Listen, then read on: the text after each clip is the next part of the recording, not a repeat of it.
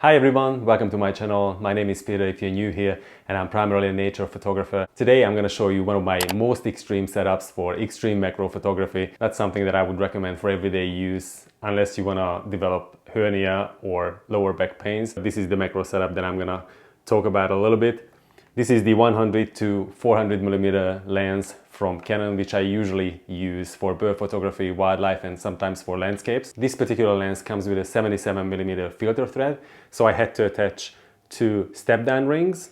I just got them today in the mail from Amazon, bought them for, I don't know, 10 bucks I think, that's $7 or $8 US. I've got them stacked from 77 to 72, and then another one screwed on top of that from 72 to 67, which allowed me to use the DCR-250 from Raynox, which is a little snap-on lens. This is an absolutely ridiculous setup. Who in their right mind, besides me, would go for something like this for macro photography? But I just wanted to try it out. I've already tested it a little bit in the garden. I can tell you one thing though, if you want to get frustrated or develop hernia, then I can highly recommend this setup. One thing that I've noticed is that especially at the long end, at 400 millimeters, the depth of field is extremely shallow, much more so than, for example, with the Laowa 25 millimeter at 2.5x at the lowest magnification ratio on that particular lens. I find it so difficult to find the subjects in the viewfinder.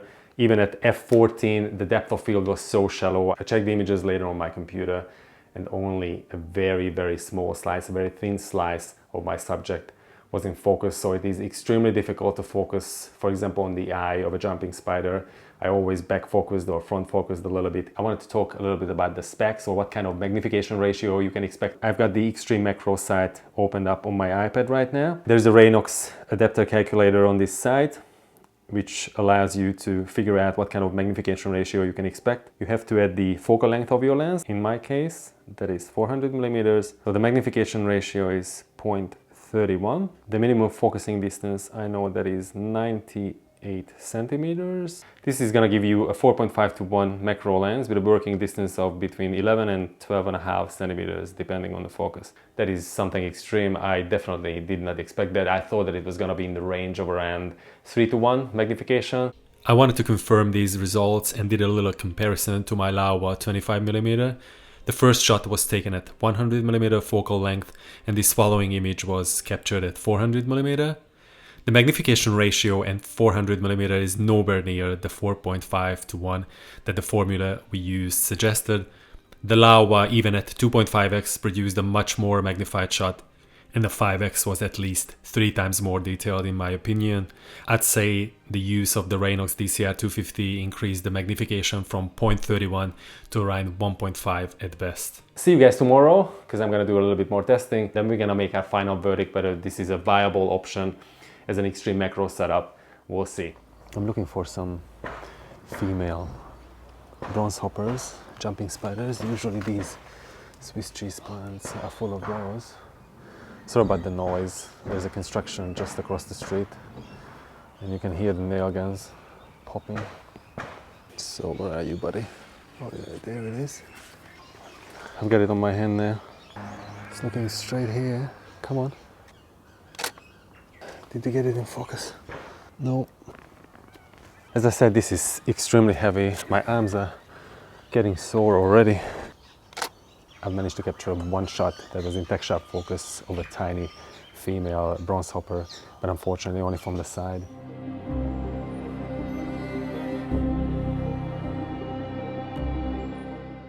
I just found another female bronze hopper and also a tiny little snail. Let's see if I can capture it.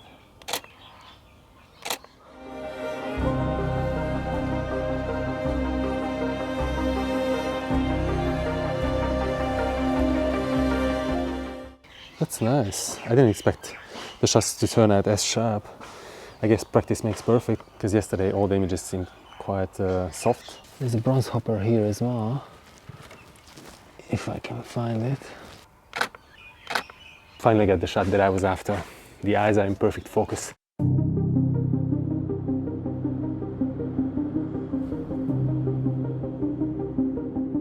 I'm gonna go to the backyard now, and then hopefully I'll be able to capture a couple more shots. There's one thing that's noticeably different using this setup to, for example, the Canon 100mm or the Laowa 25mm macro lens, is that you have to use very high shutter speed. Currently I'm at 250th of a second, and if I go below that, even though I have the image stabilization on, it still produces really blurry and soft images. If I want to go beyond 200mm, let's say to 400mm, I definitely recommend to increase the shutter speed to 1/400th of a second, just to make sure that you get sharp enough images. Unfortunately, this results in you having to increase the ISO. Let's try and find a couple more subjects here. There's a tiny little fly here.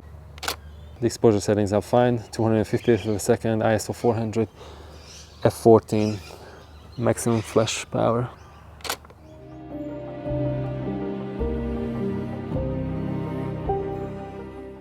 I'm gonna try and capture this fly from this lower angle. I'm barely moving and it's in and out of focus.